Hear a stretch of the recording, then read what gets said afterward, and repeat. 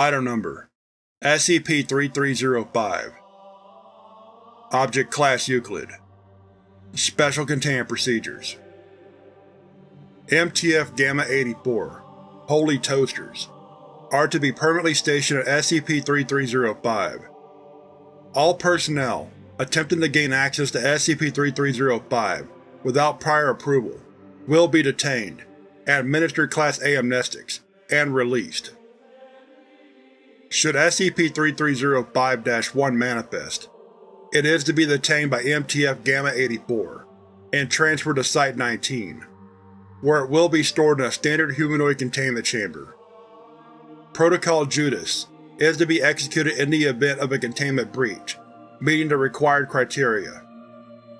Protocol Judas. Protocol Judas was a method of containment proposed by Dr. Teller to successfully detain and terminate SCP-3305-1, while causing minimal physical and psychological damage to those under its effect. This is only to be considered in the event of a containment breach, where SCP-3305-1 is summoned, and has made contact with the civilian population. Phase 1. MTF Gamma-84 will bring a D-Class person with an ailment, from now on referred to as the patient, to a building near SCP-3305-1. All smoke detectors inside the building will be disabled, and the patient must be kept in a room which is not visible to the outside. Airplanes equipped with the suitable amounts of gaseous Class B amnestics shall be positioned near the civilian population. Phase 2. MTF Gamma-84 will request the assistance of SCP-3305-1 in healing the patient. It is imperative that no civilian personnel be allowed inside the building with SCP-3305-1. Given the nature of SCP-3305-1, if the request is made in earnest, it will comply. Phase 3.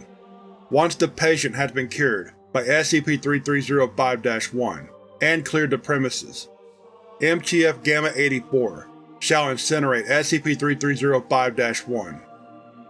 Phase 4. The airplane shall dispense the Class B amnestics over the civilian population. Phase 5. MTF Gamma-84 is to perform a survey of the civilian population to identify individuals who retain memories of SCP-3305-1 and administer Class B amnestics as needed.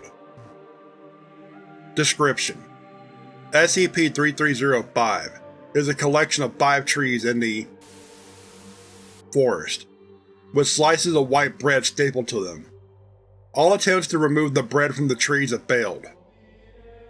If a particular ritual is performed in SCP-3305, see Document SCP-3305-R, then a humanoid composed of bread will appear.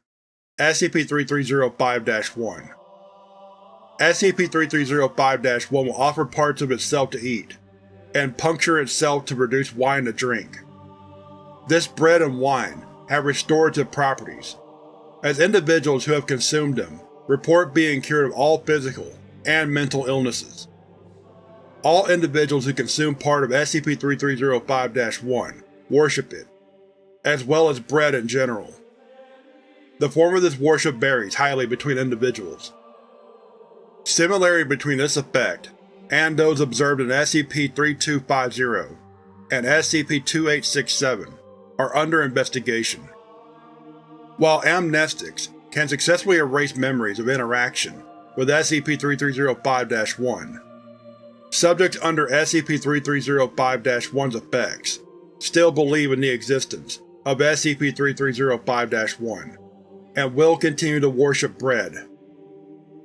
Only after SCP-3305-1 has been terminated do amnestics become effective at erasing all memories regarding SCP-3305-1. Additional Documents: SCP-3305-R.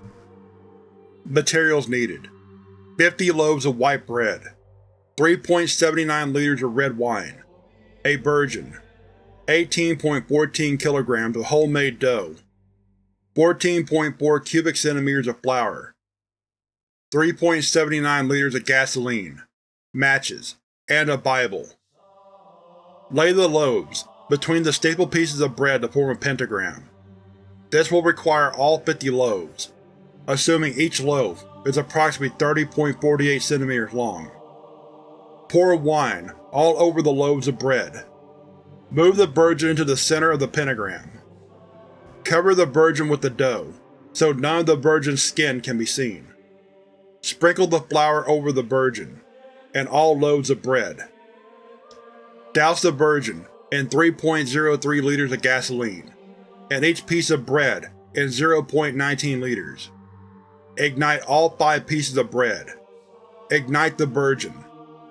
From the Bible, read aloud verse Mark 14:22-24. After the dough rises, it takes the form of SCP-3305-1.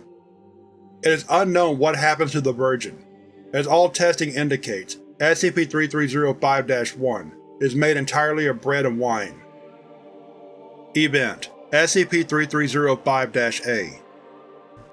The following is the Foundation's current understanding of what occurred during Event SCP-3305-A. All information was gathered from SCP-3305-1. Local authorities before being amnestied, and Foundation personnel present. Day 1. An unknown group performs the ritual described in Document SCP-3305-R. SCP-3305-1 manifest, and is led to an abandoned church near the small town. He is hidden for the rest of the day. Day 2. During the morning mass, wine and bread from SCP-3305-1 are served to attendees. 80% of was present, and consumed part of SCP-3305-1. At the end of the sermon, SCP-3305-1 introduced itself. All civilians in attendance acknowledge SCP-3305-1 as the personification of a deity.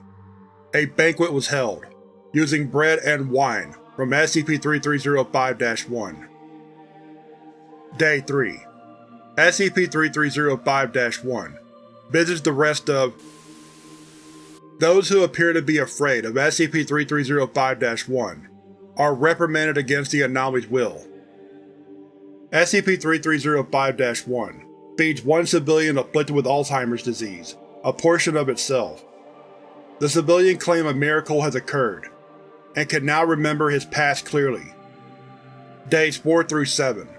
Those who refuse to consume part of SCP-3305-1 are discriminated against by approximately 40% of those under the effects of SCP-3305-1. These individuals are often refused service, and are called gluten-free. SCP-3305-1 is unaware of the abusive treatment. Each night, SCP-3305-1 offers pieces of itself for consumption. It is estimated that 90% of the town have consumed a portion of SCP-3305-1 by Day 7. Day 8. Joseph Westing, the inventor of the gluten-free slur, announces the creation of the Westing Church of Wonderbread. Its tenets are similar to those advocated by SCP-3305-1. However, they believe that, quote, white bread is a superior bread, unquote. 40% of joins the Westing Church of Wonderbread. Day 9 through 11. Members of the Westing Church of Wonderbread become increasingly hostile towards, quote, gluten-free, unquote, civilians. On Day 11, the Patrickson family is forced out of. The accounts of the Patrickson family are the first reports the Foundation have received regarding SCP-3305. MTF Gamma-84 is sent to investigate. Day 12. Members of the Westing Church of Wonderbread attack a bakery. 2 civilians are stabbed to death with sharpened, stale baguettes, and 4 are beaten with the same weapons. SCP-3305-1 publicly denounces the Westing Church of Wonderbread. MTF Gamma-84 arrives at MTF Gamma-84 detains SCP-3305-1 and requests transport for SCP-3305-1 to Site-19. Day 13. While attempting to administer amnestics to the residents of the Westing Church of Wonderbread, riot. 4 Foundation employees and 20 civilians are injured. After the altercation, Class B amnestics are successfully administered to the rest of the population. SCP-3305-1 is interviewed by Site-19 personnel. See SCP-3305 interview log for the full transcript. Day 14. Residents of Return to Worshipping Bread, referencing SCP-3305-1. The individuals responsible for the Westing Church of Wonderbread create another organization called the King's Hawaiian Congregation. When asked about this, SCP-3305-1 replied, "They can still feel my presence, so they still know."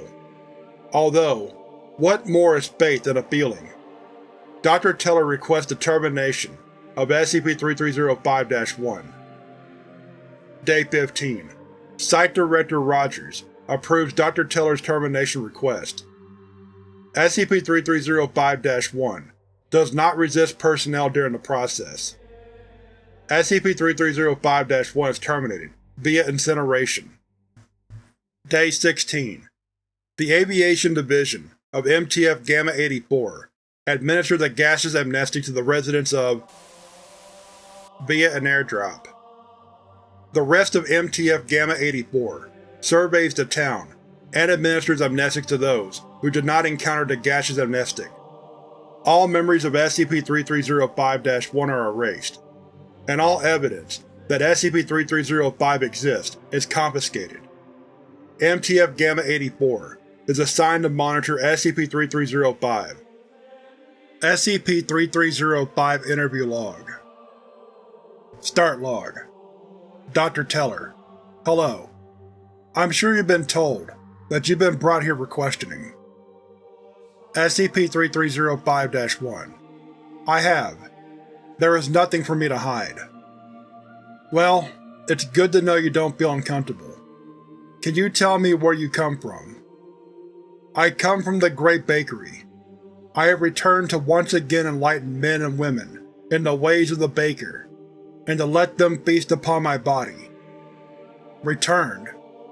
When were you here last? I know not the passage of time between my last appearance and now. I can say for certain that massive bounds in culture and technology have taken place. I am quite impressed. Fair enough. What happened to you during your last appearance? I attempted to do the same as I did these past weeks. I brought bread, and urged people to break it with one another. The only difference was that back then, bread and wine were scarce, so I was considered a blessing and a miracle. Do you not consider yourself those things? No.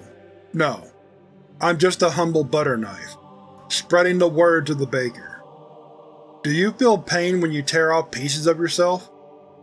I do, but I have grown used to it. I have suffered from the masses in other terrible ways. Giving away my blood and flesh to feed the hungry is but a prick in comparison. Speaking of which, I believe I have not offered you any. SCP-3305-1 removes a small piece of bread from his arm and offers it to Dr. Teller. Thank you, but I ate earlier, so I'm not hungry. Very well. Are you aware of the actions of a group called the Westing Church of Wonderbread? They were responsible for an attack on a bakery in town for selling, and I quote, "whole grain, the heathen's bread." Unquote. I have. Have you spoken to this group at all? Not directly, but I should have. I do not condone their message. Wonder Bread is terribly bland. I much prefer Pepperidge Farm. End log.